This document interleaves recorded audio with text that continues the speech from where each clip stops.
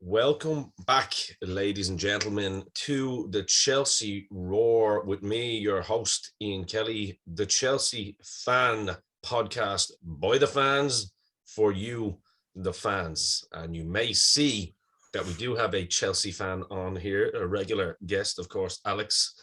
But we're also joined by the opposition today because this is our FA Cup review.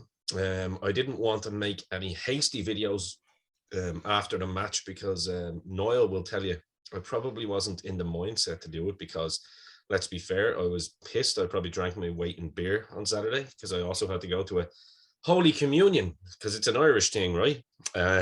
After the game. And yeah, I had plenty of beers during the match to calm my nerves. And then, yeah, my better half's uncle was filling me full of pints of Guinness then as well. So it was a day that I needed to recuperate yesterday, and Noel may have seen a little video floating around there. All right, what my day was like yesterday on the couch. So the Snapchat crying face didn't do you justice. It didn't do me justice.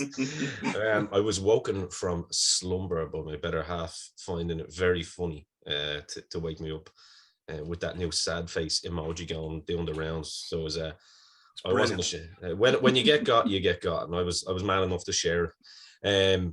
But also man enough today to come on and actually congratulate you, Noel.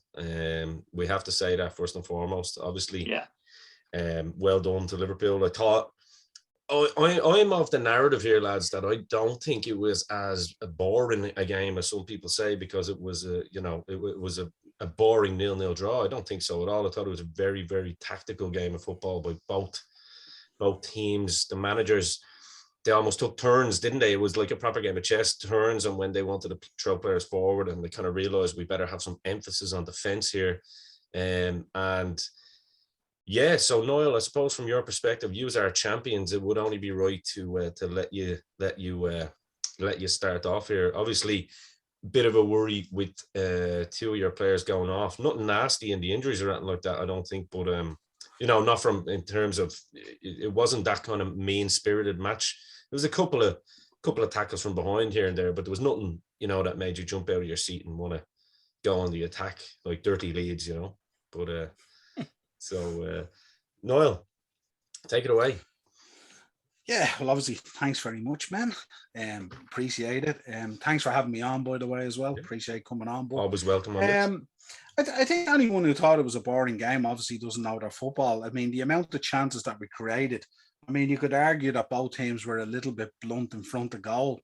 And there should have been plenty of goals in it. But, I mean, it finished a 0-0, not dissimilar to the Carabao Cup. And we had mentioned, Dean, in previous previews and in the Carabao Cup, that it's really of a toss of a coin between these two teams. And the gap in the table, where most people would say, oh, yeah, that gap is there and stuff like that, I firmly believe that gap has been greatly affected by everything that Chelsea has had to deal with this season. Not dissimilar to ourselves last season, but at a much higher level with all the other stuff that's going on, not just injuries. And that's the view that I will take, that there's not a huge gap between these two teams, albeit you're going to lose a few players now and you have to bring a few players in and freshen things up and stuff like that. But I think on the face of the game, I think, I can't remember an FA Cup final that created so many chances and yet just weren't put away. So it was quite an exciting game. I would say probably on the balance of play, I thought we were brilliant in the first 15 minutes. We absolutely got stuck in. I thought Luis Diaz absolutely school Chalobah out there. He worried me, and it's actually funny now that the stories that we're hearing of Andreas Christensen like literally having his period again and deciding not to play and just literally turning into a Roydale piece of work, which I didn't expect. And then obviously Chalobah wasn't prepared to start the match and he started, but I thought Luis Diaz, he scared the absolute shit out of me on Saturday. I'm not going to lie. Well, as I said to you yesterday when I spoke to you, I think Trevor Chalobah will take brilliant experience out of that, even though he wasn't on the winning side, but he'll learn so much from that, to be honest. So it will stand to us rather than Christensen playing, to be honest, who you know is leaving anyway, so who cares?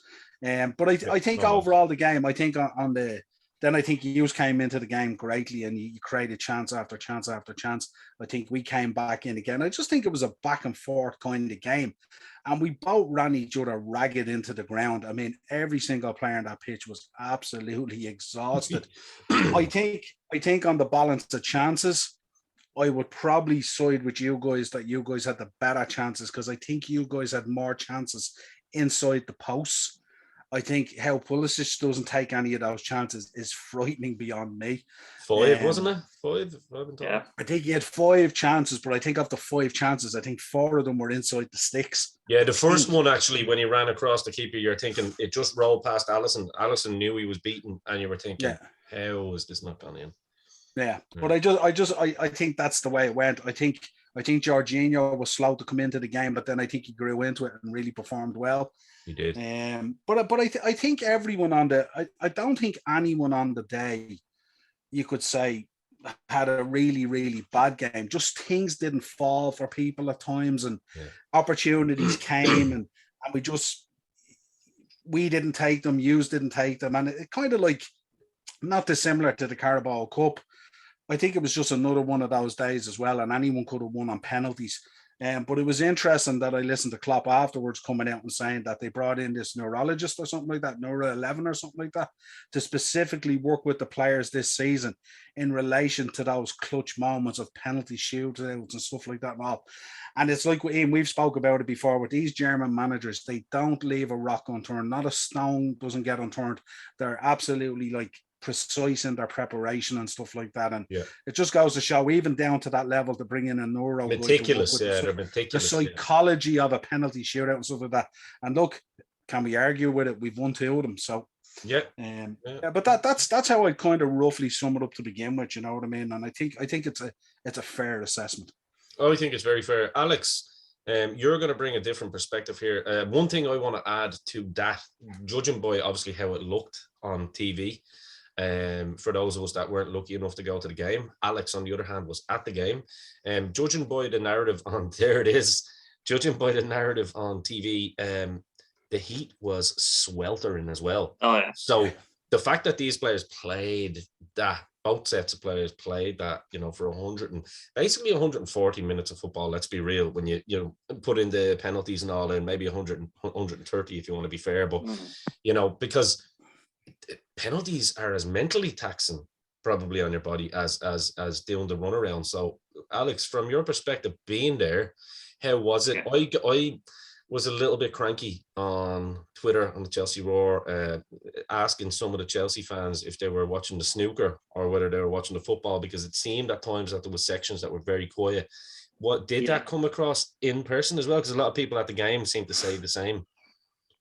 Yeah, I think it was. And again, to your point, it was a very hot day. We were right where the sun was. And it was maybe 20 something degrees there. It was sweltering. You're looking like you've got a bit of a glow on your head there, all right. There you go, a little bit. I was the old Irish tan. I ran straight because my train was delayed. So I ran to Wembley. By the time I got there, I got my ticket and all. It was bloody 20 to 5 and the game kicked off at 4:45. So I was wrecked by the time I started. So yeah, it was a bit like that. Obviously the Liverpool fans, they sing quite well. They were vocal throughout the game. We had our moments, but it was a bit of a strange one. I think that with the game, but me personally, I know you analysed the game pretty well there. I was screaming, and a lot of the fans around me were screaming, was for Werner to come on, because you could see Liverpool starting to get tired, starting to get a bit leggy. So we were thinking, if we put Werner in behind here, we're definitely going to have a chance with his pace, the way he moves around. One thing I will say, and look, Ian, you've seen me, I'm very slow to kind of criticise Thomas Tuchel. I didn't understand the substitutions. When he brought on Loftus-Cheek and then took him off for Barkley, I understand penalties, but I'm sitting there thinking, you bring on Hakim Ziyech, but you take off Lukaku. Ziyech is the one player we have that actually supplies him quite well. And, when Pulisic is the false 9, Well, Loftus-Cheek, staying on Loftus-Cheek as well, what does that do for his confidence? You know what I mean? Because he didn't act like enough of a bastard in the 5 minutes he had. Look, you're putting him in a position to press as a centre forward. The man has played every position this year except for goals. I Yeah. don't know. What do you think that does for his confidence? I think it will affect his confidence, but especially kind of coming off. He didn't really have a chance to get into the game. And again, Werner, like, I mean, we saw Liverpool taking Van Dijk off. And as soon as Van Dijk came off, it was like those centre backs, not respect to Joe Matip and Konate, they're not going to catch Timo Werner in a race. That's the thing. And I'm like, if you get a ball over to him, he's in. And like that kind of baffled me, the fact that we were sitting there going, like, we as fans who, you know, obviously don't have the extensive knowledge of Tuchel, are sitting Well, there going, apparently he was injured. That's the narrative. Apparently he got pulled something in the warm up. Okay, right. Because I guess it was news to me. I was sitting there shouting about it, but yeah, I suppose because the game went on, it was very similar to the Carabao Cup final. Obviously, we got the scoreline and the penalties, but I do still think it was a good game. Now, I went on record about the Carabao Cup final and said that's probably the best 0-0 you'll ever see, because that was an excellent game of football. But yeah, Liverpool and Chelsea both had very good chances. I think there was one point where Liverpool hit the post twice in the space of a minute or something like that as well. Yeah. And to your point as well, Luis Diaz was the one player that worried me the most. Every time he got on the ball, I was like, he just seems to be a step ahead. He just seems to be, you know, he's thinking a couple of steps ahead of the other players as well. So, yeah, look, it was obviously good to be at the FA Cup final, but from our own point of view, you know, I was very deflated at the end. Obviously, losing on penalties is upsetting, regardless of the scenario, whether it be another Carabao Cup, Charity Shield. You lose on penalties, you feel a sense of deflation. But the big thing for me was, as a Chelsea fan, that's 3 cup finals in a row that we've lost. And no disrespect, like the Liverpool, we went toe to toe with them, and then last year we lost to Leicester when we were the favourites. We lost to Arsenal when we were the favourites. We obviously weren't the favourites this year, but I'm thinking, well, what is it? You mentioned kind of mentality. I'm like, is that the mentality that we have now? We get the finals and okay, we'll give it a go. The only exception, of course, being the Champions League final. But if we take 2 Carabao Cup finals in 2019 and 2022, that's 5 domestic finals in a row we've lost. I think what we've lost this season, if I'm going to be honest, like, I'm not going to blame everything on sanctions and all that stuff, because look, it's an easy rock to throw, and it's an easy crutch to use. I mean, definitely it's had an effect, I think, but I think the knock-on effect of it is that some of these players that we thought were proper Chelsea, as people say, have really done the club an injustice. You know, obviously I mentioned Andreas Christensen. I'm not going to mention much more about him, because I heard Andy Townsend today on TalkSport saying he doesn't think he's a loss anyway, because he's never really showed a great mentality, very inconsistent player. And look, he's obviously, you know, not very well advised or whatever. I don't know the guy personally, so I'm not going to start attacking characters here, because we'll get onto this later. There is a bit of a problem within this Twitter fan base in particular that like to abuse players online with the death threats and all that were coming out. So I'm not really, that's not the hill I'm willing to die on here. But I think it's more and more coming out about Rudiger, that he kind of played a little bit of a sly game. You know what I mean? He's, in terms of playing the club against the fans, and he'd already agreed to go to Madrid regardless. And we're not seeing the level of performance out of him since he signed for Madrid. Absolutely definitely not. Dropped off. He done okay in the game. He defended really well, but we didn't get that shithousery, do you know what I mean, that we got like pre-contract. Azpilicueta is just, for me, he's finished as a Chelsea player. He's shot, man. He's playing in his own head. Listen, anyone can miss a penalty. I'm not gonna throw at the time I'm giving out, but I'm not gonna throw stones at him for missing a penalty. And listen, I absolutely respect everything he's done. I think, Niall, you've mentioned this previously. Azpilicueta, it's actually just father time catching up on his legs. That's all it is. It's not. It's just not viable for. And look, I wish him well. If he goes and gets a good contract at Barcelona, gets to go back home to sunny Spain and help Barcelona rebuild their kind of brand. Not that I wish they do, but you know, him and Alonso want to go. They have my absolute blessing. You know what I mean? Because they give absolutely everything. I thought Alonso was immense the other day. I thought he really, really put in a shift. You know, it was just fantastic. I got a mate of mine actually text me saying, Jesus Christ, like if you had Trent and Marcos Alonso on the same team on that particular day, it would have been something that had been some team to try and beat. Because James had a decent game, but he was I don't know, he was obviously wary of the threat. of Luis Diaz, so he wasn't really able to kind of link up with Pulisic that much, I don't think.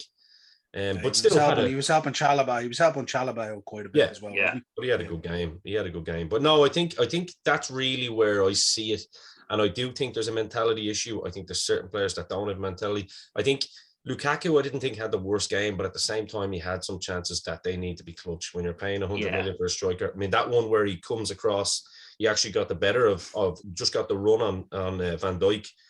And to be fair, Van Dijk didn't even put him off that much to not allow it to go on target, but just snatched at it. And I honestly think that race is over with Lukaku. If I'm being honest, I don't see a future for him at Chelsea next year. It's all well and good, doing it against Leeds and Wolves, but Yeah, I think the damage was done there with that interview. But I mean, I suppose with Lukaku, like you're looking at him, like we're kind of sitting there at the other end of the pitch. He's not winning any of his headers. Now, granted, he's against Van Dijk, but you're sitting there, it's like, mate, you're 6'4", 6'5", and you're this big.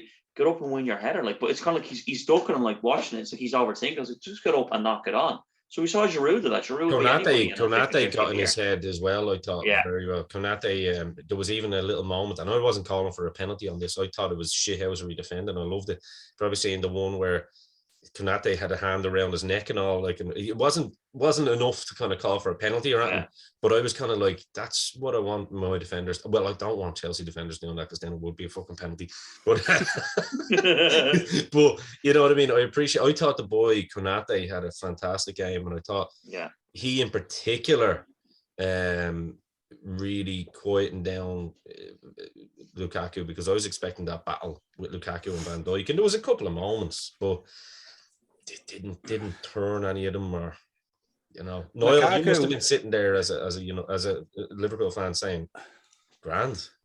It's not even that for me. Lukaku, he's such a dynamic as a person as well. Like you watch him, like he loses confidence even within a game, which is the weirdest thing ever. Like, because you seen him yesterday. He had a couple of good touches early on and had that chance that he snatched at and stuff like that. But then he had the two balls that were played into him, one that bounced off him and one that went flying away from him. And straight away, his confidence is in the gutter because he messed up on two touches. And it's mad. He's such a confidence player. Listen, if there's ever a boy who's calling out for a neuro guy to come in and sit down with this guy and give him all the confidence in the world, I've never seen a guy of his size as well to wilt away like a weed in a game. And I mean, most people call him, he's not big game Rom, is he really, realistically? Well, look, his hero is Drogba, but they couldn't be further from each other. Yeah. You know what I mean? Like, if Drogba was starting that game, prime Drogba, I mean, you'd be looking at that battle with prime Van Dijk, wouldn't you? And going, this is going to be a spectacle. And both of them would get a couple of licks in there. But yeah, Rom, I think it's good that we talk about it, because I do think I'd seen enough of Rom now to know that he's not the big game player. Like, do you know what I mean? As I said, I appreciate the goals against Wolves, which got us a draw in the end. He played well against Leeds, albeit 10. That's the weird thing. He was coming in good form. You know what I mean? So you would have thought he would have been pumped up, and you would have thought a guy of his stature as well going in and going, right, I'm up against the Dutch captain, and I'm going to be up against Konate. He's a young guy who's come in, but he's a big physical guy. So I'm going against two physical guys. You would have thought he would have relished that going in against two big lads. You know what I mean? Havertz would have loved it, even though, he's still coming into himself, but he'd have a little bit of shithousery about him. He loves that, though. You saw him with Madrid last year, winding up Ramos as well. You've seen him going head to head with Trent and everything and all. Like, he loves it. Like, he doesn't shy away from that. Yeah. I think it was a weird one. Penalties, anyway. Let's kind of the substitutions, they speak for themselves. The penalties, obviously, Aspi sets the tone for us, really, with the I don't understand why a player goes for a curler in a penalty shootout. It was like, it's not a free kick, mate. He actually bended the ball. It was like, and Aspi's usually all right at penalties, in fairness. Sometimes he needed to step up. What was weird as well was, I don't know how this came across on TV, but you were at the Chelsea end as well, right? Yeah, so as soon as he was stepping up, so if you could picture, like, I'm here and like the goal was just down to my right there, but I'm looking, as soon as he's stepping up, we're kind of looking at each other. I was like, we know where he's putting this. Like, he's selling this. He's putting it, over to the right there. It's very obvious with the run. So I don't know if that translated on TV. He's in his own head, yeah. As soon as he stepped up, I went, he's missing this. Same with Mount. Like, as much as I love Mount, as soon as he stepped up, I was like, he does not look happy here at all. That's why I was surprised that he wasn't in the first 5 penalty takers, because he usually is. But after that, I was like, okay, I get it. It's a confidence thing. It's one of those things. 2 shout outs I want to mention to Liverpool players. One, Mo Salah, when he took a shot and basically it bounced off poor Jorginho's temple and he went face down. Before he even thought about the next move, he was straight over to him and he was literally almost cradling him to make sure he was all right. And I just thought that was absolute class. And then Jordan Henderson at the end of the match going over to Mount, I thought was just absolute class from an experienced midfield player. It shows that he's a leader, obviously an England boy as well, but just class. And to be fair, Klopp was class as well. I thought everything he said after the game and all, he went straight over to all the players. And I think I saw Klopp going over to Mount and a couple of the boys as well. I saw him going over to Thiago Silva anyway. I'd say Klopp looks at Silva and goes, you're just, like, let's talk about Thiago Silva, lads. Has a bit of an injury in the first 20 minutes. 37 and the lad just turns into an even more vintage fine wine. I don't know whether that's what he was, but I doubt it was fine red wine in France that he was living on to have a career like that. I'd say you would have had to shoe him yesterday to get him off the pitch. Noel, I know you're a massive fan of Thiago Silva, so like I love hearing outside perspectives, because we all know how good he is. For me, the player of the season voting came out today. I was torn between for both the men and the women. I was torn between Thiago Silva and Mateo Kovacic. I went for Kovacic in the end because that's another barbarian yesterday. You saw the strap he had on his ankle and everything. But I'd like to point out, I cast my vote today for player of the season as well. I personally voted for Thiago Silva.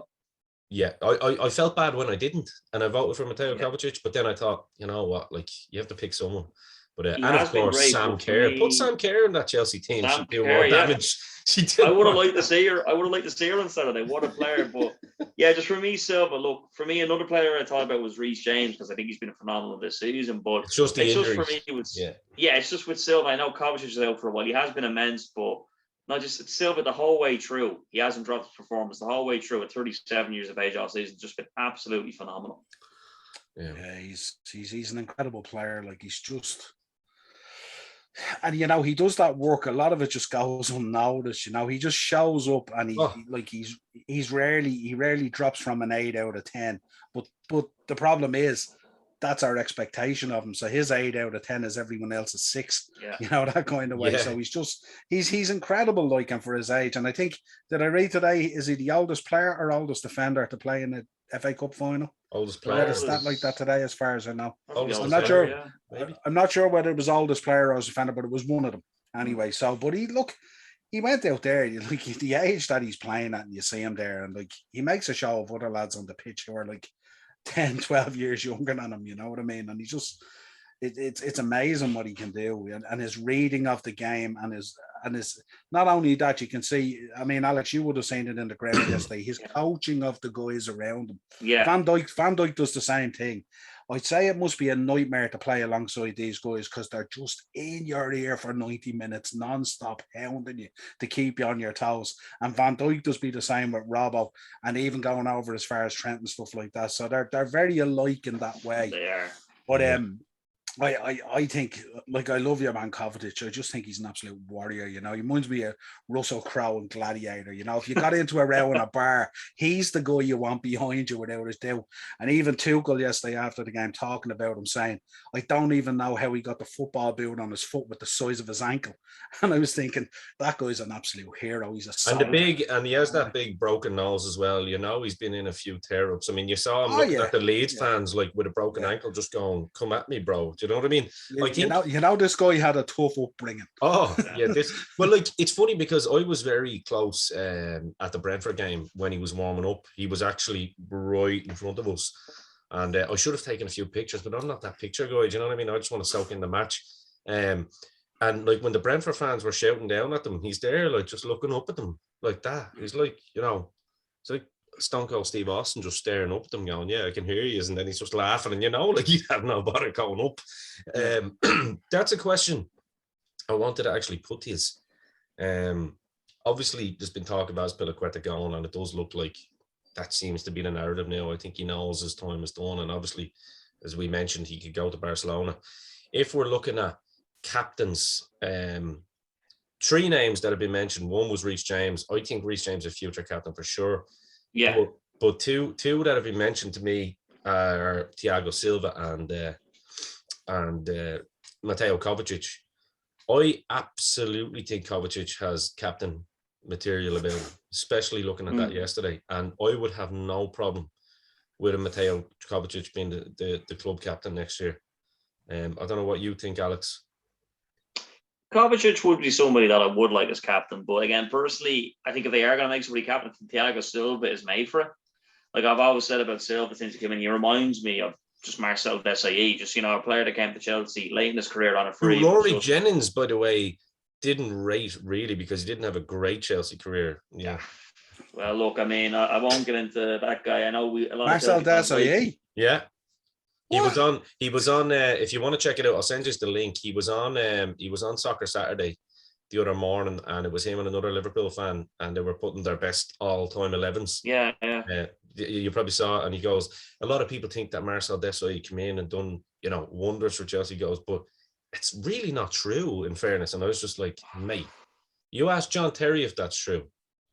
Yeah. Well, it's probably a difficult one to call, isn't it? Because you've had so many great defenses. He's a shit stirrer, though. I know Jennings is. And he's somebody who, as a Chelsea fan, I don't really watch him. Like, I'd much rather. No, me neither. Do you know what? It came on. I'm not even going to lie to you. It came on, and I was, yourself, you are sitting there, lads. It's FA Cup final day. You flick around the YouTube and looking at the build-up, and I was like, oh, a Liverpool fan, the Chelsea fan, giving their top 11, so this will be interesting. And as soon as Rory Jennings said that, I didn't watch the rest of the show because I saw his mug on. Well, I'll put up my hand. I comment regularly on his videos.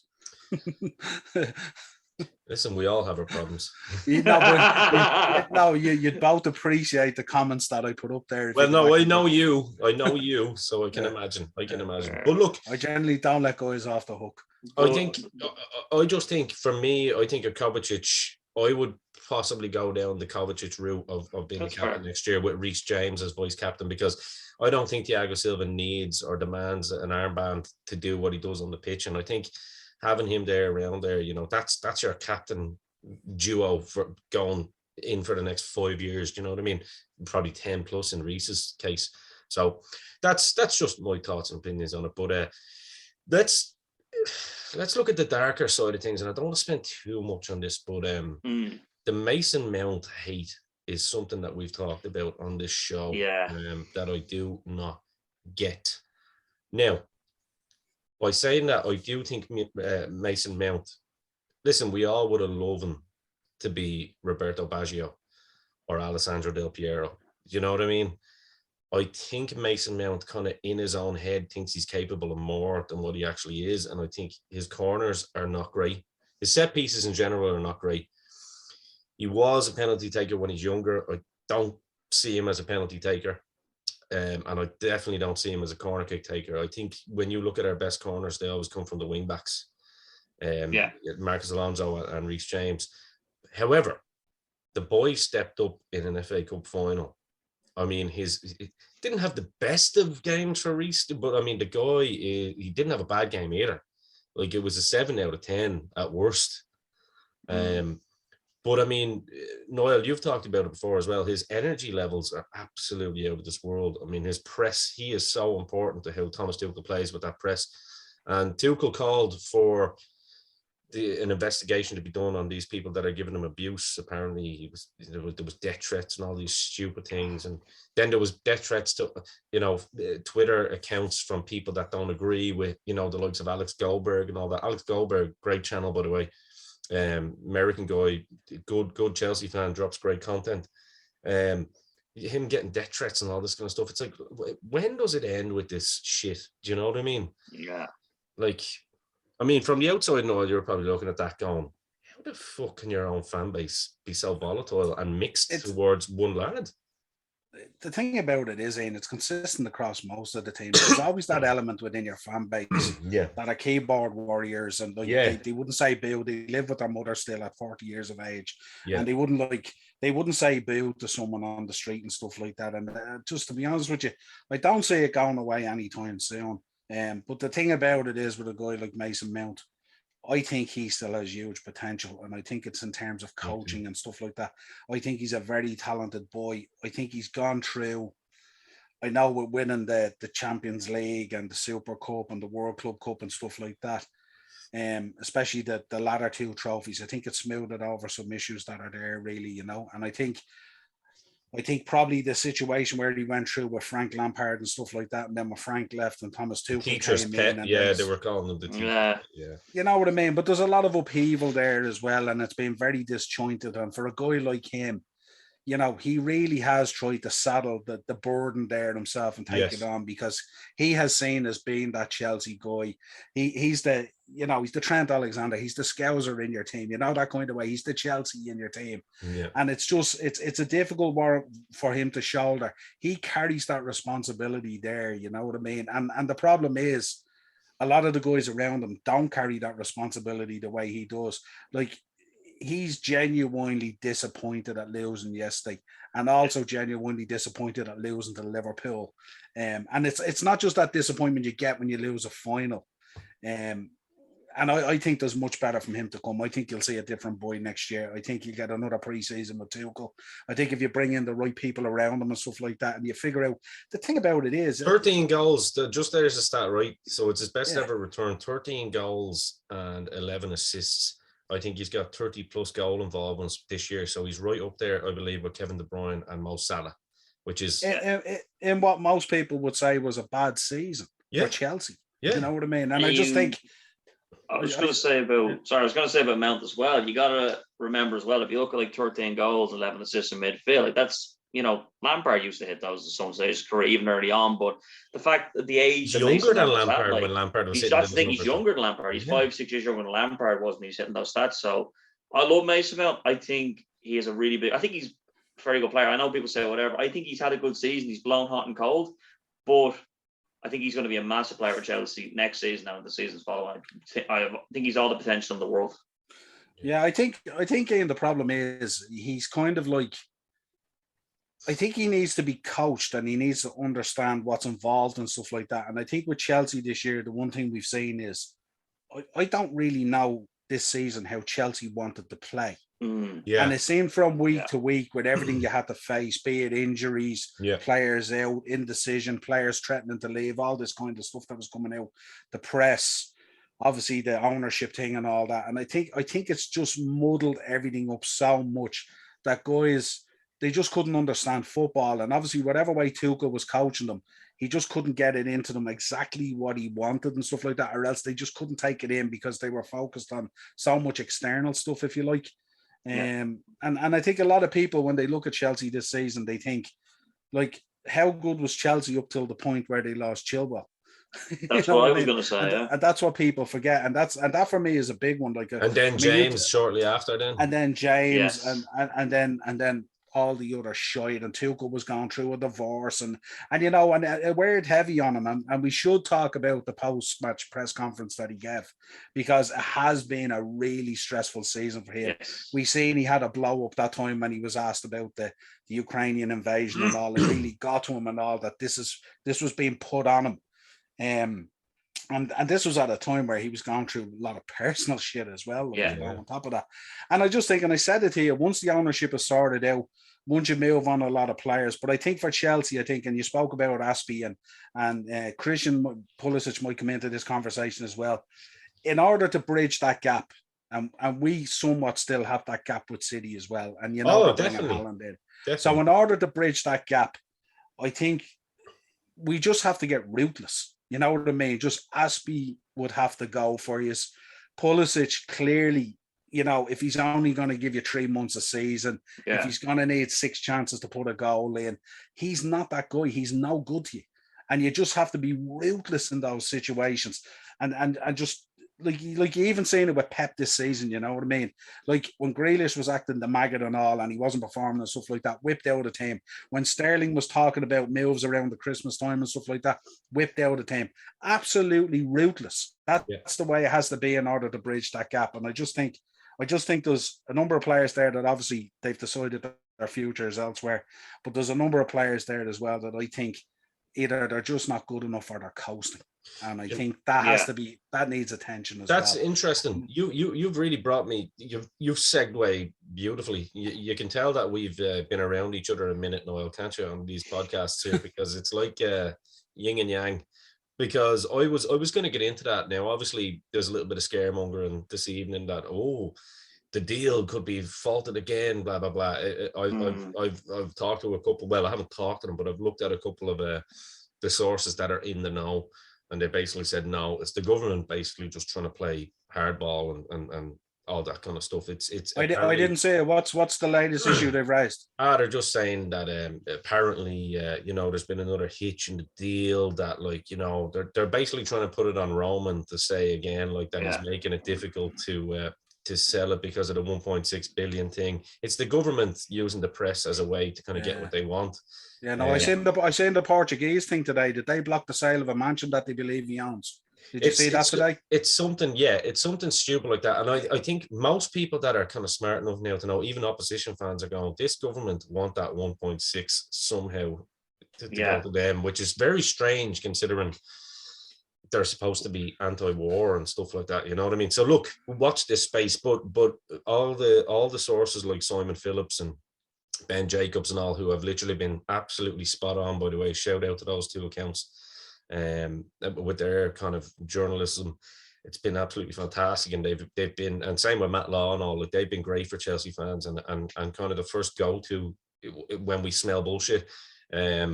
Apparently it's still on track to go ahead. I mean, everything's the paperwork's been submitted, and apparently Todd Bowley's actually come out and said, regardless, their understanding is that if they'll buy it debt-free or with the debt either way, because they know they'll get their money back and they'll know that it won't be on them long term. Do you know what I mean? So that's the kind of finance side of things. But Niall, you brought us nicely into it, because we're hearing a lot now. We're starting to see targets, you know what I mean, coming up, and some fairly solid links with them. I mean, your man Ousmane Dembele from Barcelona, he's obviously a Tuchel player. That's someone that I think Tuchel is very, very close with. He was close to signing in January, didn't in the end. Barca are talking about trying to renew his contract just so they can get money out of him. I don't think he's that stupid. I think he'll sign for who he wants. I heard Bayern want him. I think if it's a flip of a coin between Dembele and Bayern, I think Chelsea win that race, to be honest with you, just purely because of the Tuchel effect. And he knows that right hand side is made for him. Do you know what I mean? He knows he can come in there and be part of something good. Now they're saying it's 50-50 with Barca and Lewandowski, which is the latest one. Don't know whether you've heard about that. Saw that today, yeah. I think, listen, Lewandowski is another one of those fine wine players. Like, the lad just gets better and better. Like, you want to go to Barca to help rebuild it, for a year or two maybe? But like, that's going to look like an interesting proposition to Lewandowski, isn't it, as well, considering he'd probably know Tuchel as well. I know he worked with Klopp under Dortmund, but so that's an interesting one. We've heard also the Perisic. I was going to say also he'd have the chance to work with Havertz and Werner if that were the case too. Well, that's exactly it. So, like, playing in the same league. But that's the level now of defenders you're looking at. I know that they've talked about Bastoni from Inter Milan as a potential centre back that they're looking at. I still think that would probably be too much. I think he's a young Italian that'll probably stay where he is. But Jimenez is the one that's creeped back up again now that they're in talks with Jimenez, because I think the likes of a Jimenez makes far more sense to me than a Koulibaly at 30. Do you know what I mean? The wrong side of 30 for 30 million. Whereas if you're getting someone like Jimenez for 30 to 40 million, 27 Uruguayan player, like Niall, what you were saying, the Chelsea type of player that you need, an absolute shithousery fucker. Do you know what I mean? Who's a good ball playing centre back, but tough as nails as well. Uruguayan, like your own Luis Suarez. So they're looking at the right. They're looking at the right people, and I think you're also going to see a lot of outgoings this year. So this really is a do or die moment for us this year, Alex, isn't it? Because I think so. we're going to see money coming in from a Lukaku sale. We're going to see money coming in from, say, a Hakim Ziyech sale. We're going to see little bits and pieces done as well. I think you're going to see these boys getting rid of draining the swamp, so to speak, your drink waters off the wage bill, your Bakayokos off the wage bill, and then looking at the boy Colwill and all coming back from Huddersfield, who's been absolutely immense for Huddersfield this year, by the way. Yes. Very similar to when Reece James was on loan at Wigan. Very similar vibes. 100%. So I'm going to pass it over to you now. I know I've been shiting on, but I suppose the point I'm trying to make, though, is that they're looking. This is a summer now where you could go, right, there's 200-300 million being spent, but that's what you spend that as your foundation. And then next season, you're looking at the Liverpool model and you're bringing players that you might need to fit a certain position. That's really the way they need to go now, isn't it? Yeah, I'd agree with that in the sense that, like, one thing that I like about Todd Bowley is the sense that he's come out and he said he wants to go with a stat-driven model. Like we see in FSG use that at Liverpool, they're not going to spend crazy money. Yeah, like they're identifying like who was nailing Luis Diaz on as like a main target. And now look at him coming in; he's exactly what they need. 50 million is nothing. There you go. But I think with ourselves, look, there's a lot of players that need to go in order to freshen the squad. Like I agree with Jabaz Piliqueta. Great player, but I think his day has come. Alonso has had an immense final third of the season, but if you're bringing in Ivan Perisic to play potentially as left wing back. As a backup, obviously, yeah. Yeah, exactly, to chill well. You got Colwell coming back in as well. You've also got Javier, I can't remember his name. Mboy. The young lad we signed. Mboy, he's from Barcelona. Mboy, the young lad that we signed from the Dutch fella, basically Van Dijk 2.0. They call him the Van Dijk. We'll see. We'll see. If he's half the player Van Dijk is, we'll be happy. But it's big fucking shoes to fill, big time. It needs some freshen up though. Like I know Jorginho has been a point of contention. I think Kante as well. Kante, he's another one they're talking about there. I think we'll see one of those two go. There's a question. There's a question for you. Out of those two, who would you like to see go? It has to be Jorginho. I'm a Kante guy. I'd be the opposite. Really? I'm kind of starting to think the opposite now because I think Kante's numbers are like, I just think again he's another player that the injuries are starting to catch up with him, and the legs are starting to catch up with him. I still think you'll get a nice little sum of money there from a PSG for a Kante or a Real Madrid there. I still think you could get. I'm not saying you get the money that you would have got 2 years ago, but still think you'd get a fairly decent sum from, up to 30, 40 million, 50 million, whatever. Like, I don't know, maybe I'm just spitting numbers, but because I think anything Kante can do, Kovacic now does. Do you know what I mean? And I think when you look at that game against Leeds, Jorginho is actually still glue. Now, lads, it's easy to talk about signings, but Conor Gallagher next year is going to be like a new player. Bring that up. I mean, Armando Broja too. He's kind of petered off in the second half of the season a little bit. I kind of would like to see him get another loan move, to be honest with you. Okay. His last 12 games or so, like he's kind of petered off a little bit. Now that could be his surroundings as well. If you put him in a team where you have Southampton petered off.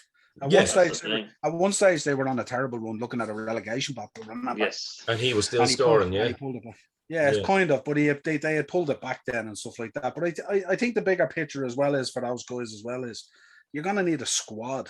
Yes, it's not really a starting 11. You're going to need a squad, and I tell you, you could do worse than have a Broja on the bench. He could end up being your Origi, that guy that comes on and gives you those moments. That alleviate your real moments or something like that. You know what I mean? I wouldn't be against it. And then you blend them in there. But I think some of those players you're going to have to look at. But I think the midfield for you is going to be absolutely critical. And as you say, if Kovacic is going to be that guy sitting in the middle, it's who you put around him because there's so many changes coming, and I think what you're going to have to do is, and I think what Tuchel's going to have to do is he's going to have to find a blend between future planning and what he sees, and also some instant gratification there as well. Because I don't know if you look at next season, going into next season, if it's a total overhaul and you don't hit the ground running and it doesn't blend, you're gonna get questions being asked and stuff like that. I don't know.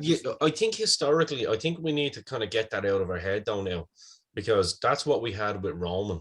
These new owners aren't going to be Roman. I think they are looking at the sustainability model and saying, right, we need to build on it. As long as we get the top 4 in our first season, that's the main goal. If we can get a trophy or 2, yes. But we're building a foundation here. And looking at Todd Bowley, I've been really, really interested in doing my research on Todd Bowley, actually. And Mark Walter, actually, the other owner of the LA Dodgers, because look, I'm not going to lie, I don't know shit about baseball. I could tell you anything about ice hockey, no problem. And maybe I'm 80% up on the NBA.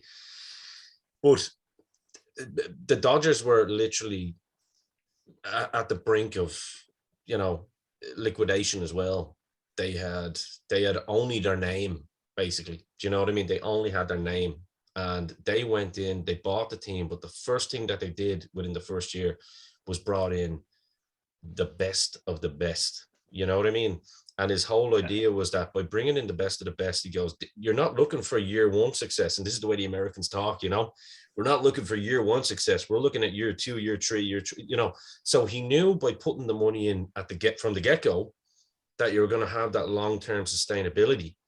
And I think that's where they're going to go with this, because think about some of those smart signings. If you're getting the likes of, Bakayoko, Batshuayi, all these guys off your wage bill, and then you're replacing them with, what can Barcelona offer that Chelsea can't? Not a lot, because they're still not financially great. So can Chelsea offer or match or offer Lewandowski more money? You bet your bottom dollar they can. Yeah. And does he want to test himself in the Premier League? He's a big boy. He can play. I don't think the physicality of that league would affect him. Boom, there's a free signing. Then you look at Dembele, young player, free signing. Perisic, free signing. So that frees up that kitty to go for that Declan Rice then. Because look, obviously Tchouaméni was their main target, and they should have bought him last year, but that's on Marina again. They should have bought him last year. Now Liverpool are in the mix for Tchouaméni, and looking very, very fucking healthy. I think he'll end up being a Liverpool player. I think. You know what I mean? And playing with the likes of Konate and all that French. So this is where, realistically, do we have to spend that 80-90 million on Declan Rice now then? That's the question. Or do we try and put our name in the hat for a Kamara on a free signing, or there's some other kid from Germany, Freiburg or something they're looking at, isn't there? There's some black guy, he's big guy. I think you're in some respects you're going to have to go down a route similar to United. I think you're going to have a blend of sort of signings, plus get really creative in that free transfer market. Yeah. Plus blend in some of your returning players from loans, and you may even want to exercise some of your buyback options on players that you've sold and stuff. They kick in next year, Noel. So the Livramento one, that kicks in next year where they can buy it back for 30 million. But I just think as well. I was trying to judge, and then I've looked into Todd Bowley on some of the shows we've done, and I just think, judging from that Wolves game, he doesn't come across to me to be a guy who has any appetite for losing and doesn't suffer fools gladly at all. His reaction at that Wolves game said a very lot for me, really. And I just think this is a watershed moment for Chelsea in terms of a new ownership and stuff like that. But it's also a watershed, this could also be a situation for Tuchel as well. If they arm him with what he needs, he has to get it right. They can't get it wrong up front again. They can't have another Lukaku. Yeah, absolutely. And I will say this now, and if you want to clip it, do not even attempt to touch Ousmane Dembele. Do not touch him. Stay as far away from him as you can. He's absolutely, I'm telling you now, he will not stand up in the Premier League and the physicality of it. That lad has spent more time in the sick room at Barcelona playing soft games. If he comes into that Premier League game, he will absolutely break. No, I don't disagree. I've done a little bit of a check on him. Yeah, I don't disagree. I mean, the one name, and I know you're going to love this name, Noel. So I kind of want you to go on a rant here if you want to, but I'd be interested in Alex's take on this too. The one name that has been really talked about as the marquee signing, because we're hearing about these marquee signings, that's what Bowley wants to go for. He wants to get that big one in, the statement signing, if you will. Neymar's name keeps creeping up because Tuchel loves him. Now, I am looking at the Neymar thing, and I'm going to counteract the Neymar proposal, and I'm going to say a name that I personally would have in tomorrow again on a freebie, and I'm going to say Paulo Dybala, or go all out and spend the money and get Federico Chiesa in. There is a player who is tailor-made for the Premier League. A little. We wanted him last year as well, didn't we? Yeah, little bull. I think that's where the sneaky one is going to come. I'm going to clip this as well. I predict a real strong bid for Federico Chiesa. I think that's who we're going to go for. Clip this as well. I would rather have Anthony Martial at this club than Neymar. I'd rather have I'd rather have Martial playing number 9 than Lukaku as well. Fair. No, I think Neymar. Look, I know Tuchel. I wouldn't touch him at that attitude and that whole persona. I wouldn't either. He's a player I wouldn't go near for anything. He's a short seller on a social media bunny. Yeah, that's it. I personally wouldn't touch him. And if you're talking about clutch moments and you're talking about big games, that guy is the hide and seek champion. Absolutely. Right. Plus, he likes to take March off as well. Let's have some little fun here, right? Let's have some fun then for the last, as we wrap up, right? Let's have a little bit of fun. But just before you wrap up, what do you think of this whole marquee signing thing? Is this what you need? Is this what has to happen? Well, if I had 80 million to spend, I'd be looking at 2 quality European 40 million pound players. That's what I'd be looking at. I wouldn't be bringing anyone in on 80, 90 or 100 million. The Todd Bowley doesn't have to set a precedent here in the league and stroke his own nuts. The guy is a multi-billionaire. No one has to question his ability financially. This is all about Chelsea restructuring itself and rebuilding as well. And if you can go out there, look at what we did with Luis Diaz, 45 million or 43 million, whatever it was. That's where you guys need to be in the market. You need to uncover those guys. Same as that Julian Alvarez that Man City picked up from Colombia or whatever it was, or something like that. River Plate or something like that. They're the guys you need to be uncovering, 35, 45, 50 million. You don't need to be spending 80 million on Declan Rice. For what? Scott McLaughlin is a man that needs to be yoinked out of his position as the head scout and literally should be working in the Championship. I'm going to be honest with you. Well, this is going to be a huge test for them now. That whole department at Chelsea. Well, I don't think they're going to be there. This is what I'm saying. I think, from what I'm hearing, and you probably heard this as well, Alex, Bowley and co have been working in the background and already know who they want as their next guys. And apparently, that Mitchell to United thing isn't a done deal at all. Apparently, it's literally a toss-up between Chelsea and United. Now, I know United fans will tell you otherwise, but apparently Mitchell has worked with Tuchel before and is very interested in the prospect of that, which anyone with a brain would be, you know what I mean? Yeah. Look, who knows? Maybe Ralph rang him and said, Paul, this is not the place to be. London. He said that his press was enough time. You look at Ralph Rangnick at the moment. He's doing everything he can in the media to basically talk himself out of a job at Man United. He's probably at the saying, do you know what, Paul? London is actually a nice city. when you hear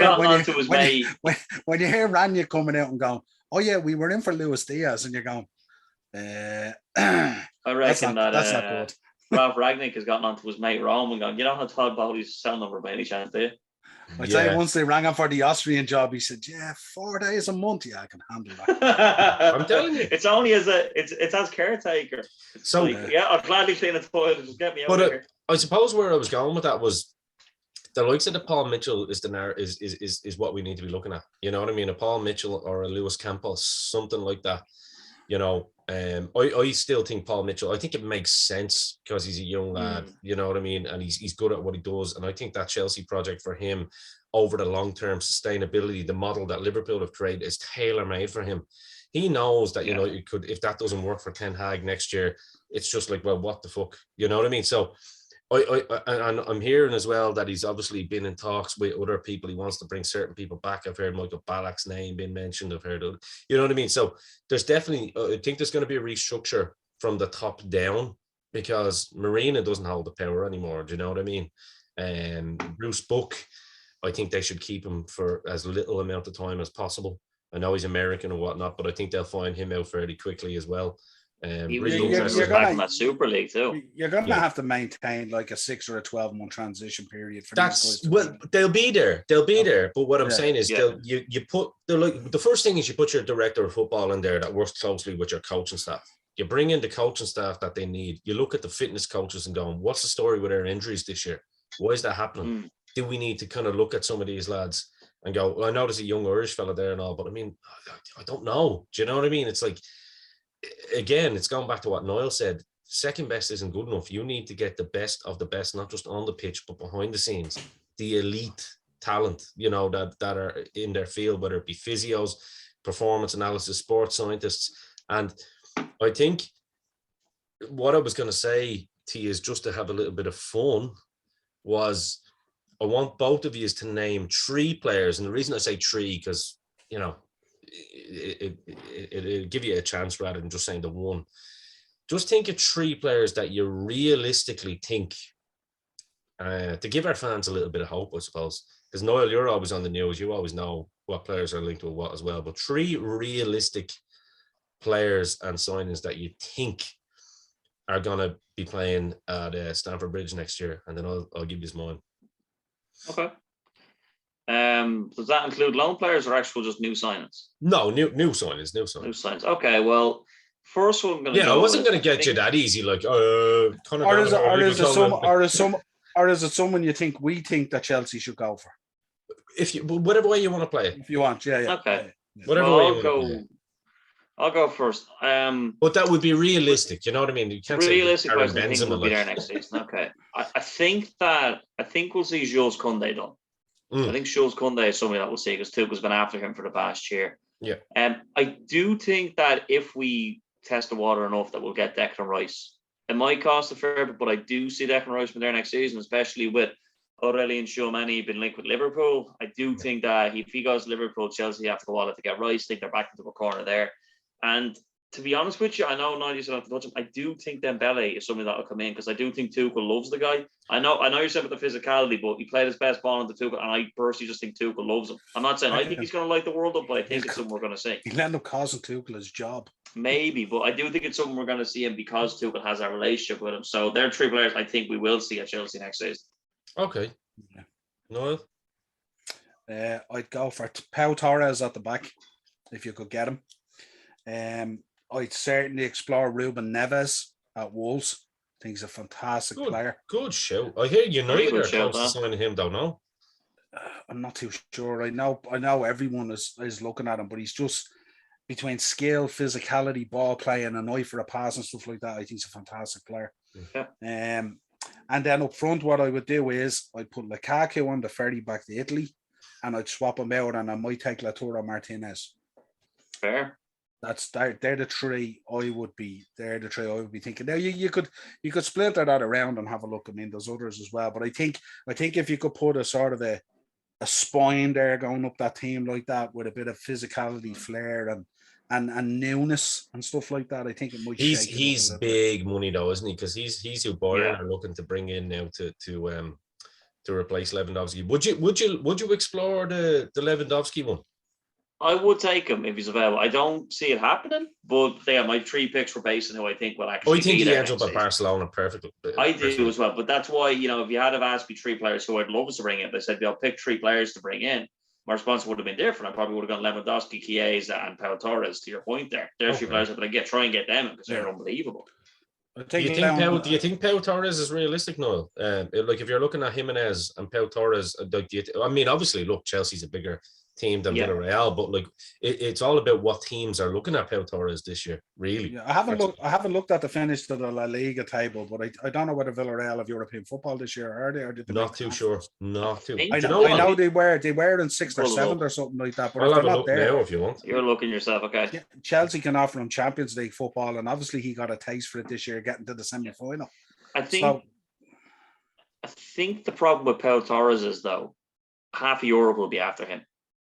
So that will be a difficult one to get, given the performance for Villarreal this season. I think a lot of big things will be in looking at him. Do you think that's going to be a difficulty, Alex, in terms of Chelsea, like attracting We're still players? A big club, yeah. But we're still a big club, but I suppose Villarreal are 7th, by the way. So that's your conference, isn't it? I don't think he's going to fancy Thursday 5:30 football, is he? If Chelsea could offer him Champions League football, I think that he will obviously be a great get, but I think when you have that many clubs in, from makes it more difficult. As opposed to say as Jules Koundé, if we're the only ones in and there's that I suppose, almost agreement there because he was going to come last Well, summer. I think it's so because he wants that rubber. move, though, isn't it? Like That's the thing. Yeah, So I was saying, you're more or less guaranteed to bring him in. Like obviously, Pau Torres, if you can get him in, great. But it is the fact that it's a much more competitive market for him as opposed to a Jules Koundé. Maybe get a Jules Koundé done first and then explore the Pau Torres option.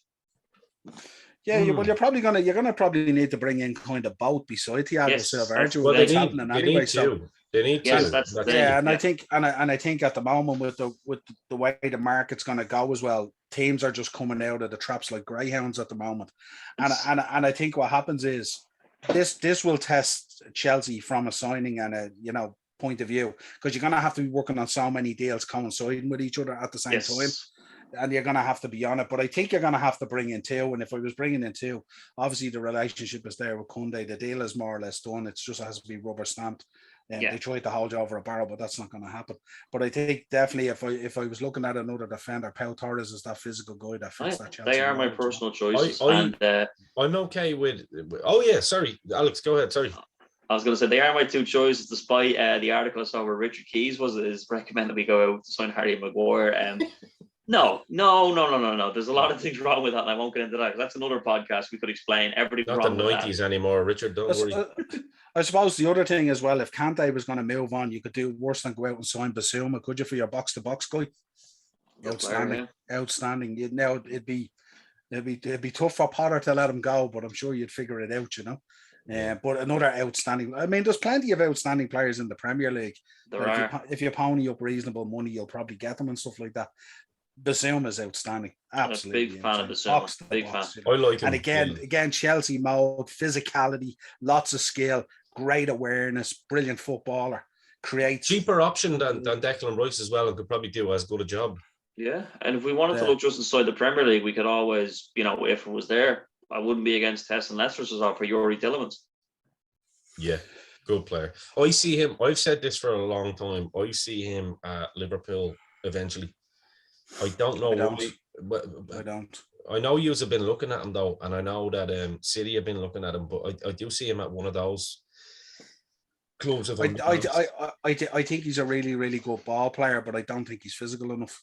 And I don't think he's physical enough for Chelsea's midfield either. I think he passes the eye test and he's really, really good. But in terms of physicality is where you have to dig in there and let it happen.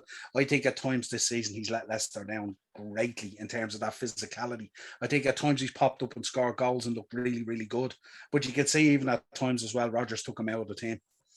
So I'm not sure from a physicality point of view. And I'm talking about, remember, we're talking about this top three level in the Premier League. We're talking about a minimum of a semi-final in the Champions League. We're talking about going deep into domestic cups. We're talking about, like, what are we talking about? Tomorrow night, Southampton game is our 60th game of the season. There's the physicality that you're talking about. And I think he comes across to me, great footballer, but just comes across a tad bit soft. That's all. It's only a small thing, but I think that's why I think he could be one for Arsenal. I think he could be one for Arsenal because they already have a bit of steel in there with Partey and with Xhaka, and I think they just need a bit of flair in there that Tillemans might bring them, and I think he might be well suited to Arsenal rather than ourselves or yourselves. Well, I'm going to go with my three. I think obviously Jules Koundé is, I think that's wrapped up. Just rubber stamp, dotting the I's, crossing the T's, all that kind of stuff. I still think Jimenez is probably the other centre back because I know they've been after him for a long time from Real or from Atletico. Still a very good player as well, lads. I don't know whether you watch much of him, but proper bastard centre back, you know what I mean? But like really, really good on the ball as well. Strong unit. I just think he might be the player that we might look at and go, if we go into a bidding war, for Pau Torres, they probably don't want to spend that extra money that they could get him for. They could have a free run at him, you know what I mean? And I think he's suited to the Premier League, and he's suited to Chelsea style of play. I haven't watched him quite a lot, obviously, playing against us as well. And he's a rocket left foot as well. So I think that would be one. And then I think I don't know, something's just telling me that they might look at Dybala on the free, still only 28, coming into his kind of peak years, as they say. They certainly said that in old school days in football, anyway. But I think He's a weird one, isn't he? Though he's a weird one because he's 28, but he's kind of falls into that loop where is there a number of years in him there, or is he instant gratification, or what the hell is he like at 28? You know, probably the latter. And he, probably the latter, if I'm being honest. It's probably like a Hernan Crespo type signing. You know what I mean? Like when he first came in, like let's get someone in that's well known within world football, and you know. But I mean, I do think it's an upgrade on what we have. You know what I mean? And I do think that I personally would rate him more than Bailey myself as well. Same type of player, has a left foot on him. Look, Federico Chiesa would be the dream, but I know I said bookmark this tweet, but I'm probably going to look ridiculous because very difficult to get him out of Italy. Very difficult. Well, he's not owned by Juve, as you know. It's a loan. Yeah. But still, I just think it'd be very difficult to get him out, to convince him to get out of Italy. I think he's an Italian boy, really, isn't he? When you look at him and stuff like that, and he's the poster boy for the Italian team for the next 10 years. Yeah. You know, so. And he's obviously distancing himself from Man United anyway, Dybala, because did you hear his statement the other day? Was that he's been linked with United on a free, and he said he's labelled Cristiano Ronaldo difficult to deal with. It's exact quotes. So if they weren't best buddies at Juve, were they? So that's why it's kind of funny, isn't it? When you think, you know, I don't know. It's I mean, look, he's been linked with Tottenham and linked with United, but I personally think he's a no-brainer, like on a freebie.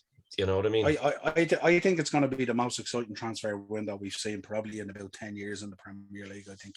Who's City are linked with Frankie De Jong, isn't it? That looks. They're trying to hijack the United deal, yeah. And you think that'll happen? Yeah. I think if you were offering me one or the other, it'd be a no-brainer where to go, wouldn't it? Regardless of my allegiance. Unless your name's Cristiano Ronaldo. Yeah, but I think that's a different thing. I think he was sold a project that just didn't materialize. Listen, his agent toured him out to all of us. Like any one of us could have signed him last summer. Do you know what I mean? And you know, the funny thing about it is when you look at it now, I agree with Alan Shearer and people like that, Roy Keane as well. Cristiano Ronaldo on free would have been perfect for Chelsea last summer, because that's exactly what they needed. Was actually imagine how many goals he would have got at City this season. Yeah. No disrespect to Liverpool, Chelsea, I think the league would have been wrapped up already. Yeah, even at Chelsea, those chances we don't finish. Like he's clutch for them, isn't he? He's the goal. Clutch for them. But look, it's been a pleasure, boys. Thank you very much. Do make sure that, of course, you follow Noel on the Upper Tier podcast. A lot of our Chelsea fans have given you a few follows there now, and they're starting to. I think you've made a few fans out of us Chelsea boys as well. So, why don't you tell people where they can get you? It's the Upper Tier on YouTube. It's the Upper Tier podcast. We're on Facebook, Instagram, TikTok, Spotify, Google Podcasts, Amazon Music for the audio shows. The Upper Tier podcast at gmail.com. On Twitter at the _upper_tier. If you're a red out there, it's the Shankly Sessions all the way for the Liverpool stuff. I'm just dropping content every day, betting shows, previews, match reactions, everything at the moment. It's crazy, non-stop. Yeah, 100%. And Alex, my man, you're part of this family, so we appreciate you coming on. As always, Alex will probably be here next week again when we look at whatever else happens in the wonderful world of Chelsea Football Club. Who knows? By the time that this drops, Chelsea could be sold, or who knows? We could be invading another country, because that's what we tend to do as a football club, you know. Depending on who you listen to, that is. For me, I want to thank you all personally again for the appreciation on Twitter. We've got some proper old school Chelsea fans going to be involved in the podcast now as well, and going forward there's going to be a lot more to come. So please do make sure that you subscribe and hit the bell notification. Let us know your feedback. And we're also on Twitter at the Chelsea Roar. We're on Instagram at the Chelsea Roar. The Chelsea Roar at gmail.com is our email address if you ever want to, which in fairness, we've had a couple of show suggestions already from some people Nice. on Gmail. So that's pretty cool. And yeah, just keep helping us grow this channel, because as I said, it's an honest Chelsea podcast by the fans for the fans. And until next time, keep the blue flag flying high, and let's go. Congratulations, Liverpool, even though he's nodding his head there. Champs.